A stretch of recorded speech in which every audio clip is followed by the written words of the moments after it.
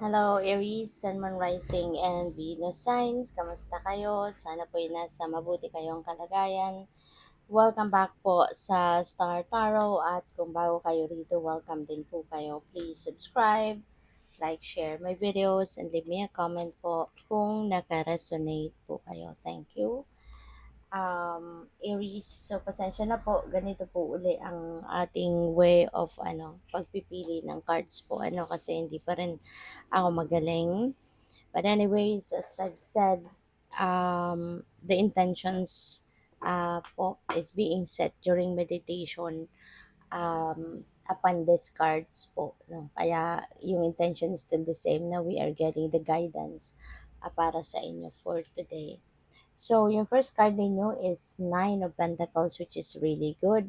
Si Nine of Pentacles, ginhawa, pagdating sa kaperahang aspeto. So, this signifies harvest time, no? For most of you, siguro around this time, lahat ng pagsisikap at pagtsatsaga ninyo kunyari sa paghahanap buhay, eto na, harvest time na ito at makakamit mo na yung bunga ng inyong pagsisikap. No? So this is going to bring you abundance and prosperity kasi magkakaroon na kayo dito ng financial reward. Makukuha mo na ngayon yung pwedeng malaking amount of money. No? Pwedeng may ROI dito, pupuwedeng, siguro na-promote na kayo, 'di ba?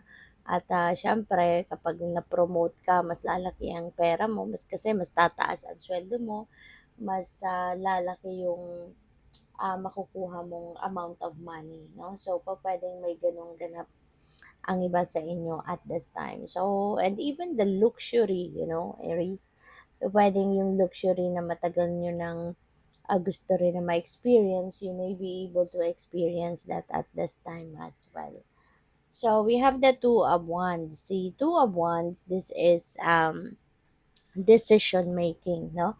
See, Two of Wands is about choices, partnerships, ganyan, and yeah, decisions. So, kung ano man ito na kailangan ninyong pagdesisyonan, maaari na maraming maraming mga iba't ibang klaseng choices ang nandiyan diyan. Kaya kailangan din ninyo na pag-isipan mabuti. Okay? This may involve traveling as well. Baka mayroong mga pagta-travel internationally, no? Yung gagawin ng iba sa inyo, Aries. Kaya have fun and enjoy, no? Kapag ka ganon. At kung ano man itong mga pagpipilian ninyo, for sure, this is something na you will be very excited about. Kaya congrats sa'yo and have fun. And we have the Emperor. Si Emperor, this is someone na nasa position of authority. So, pwedeng kayo to, no? Para na-mention ko kanina na maaaring ang iba sa inyo siguro mapopromote or na-promote na. So, maaaring kayo na to, si Emperor, 'di ba?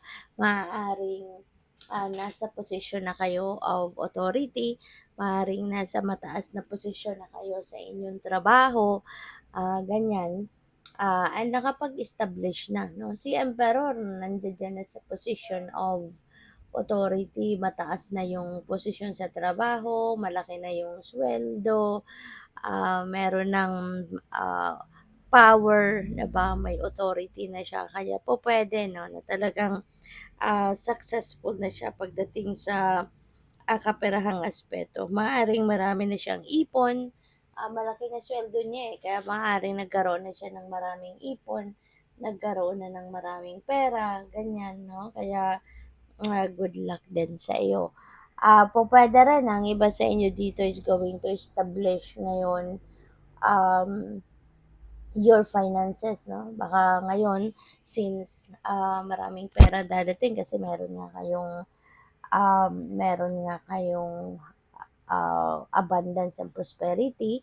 So, pwedeng makakapag-establish na kayo from here on ng inyong financial future. Kaya, good luck sa iyo. No? Makakapagsimula na kayo mag-invest, mag-ipon, yung gano'n.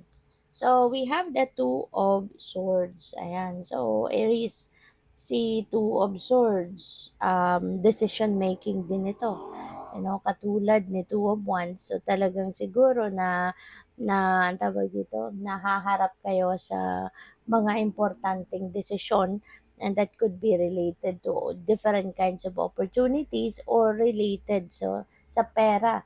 Siguro iniisip ninyo rito papaano ninyo i-invest ang pera, saan ninyo dadalhin ang pera ninyo, yung gano'n, papaano ninyo i-manage yung pera ninyo.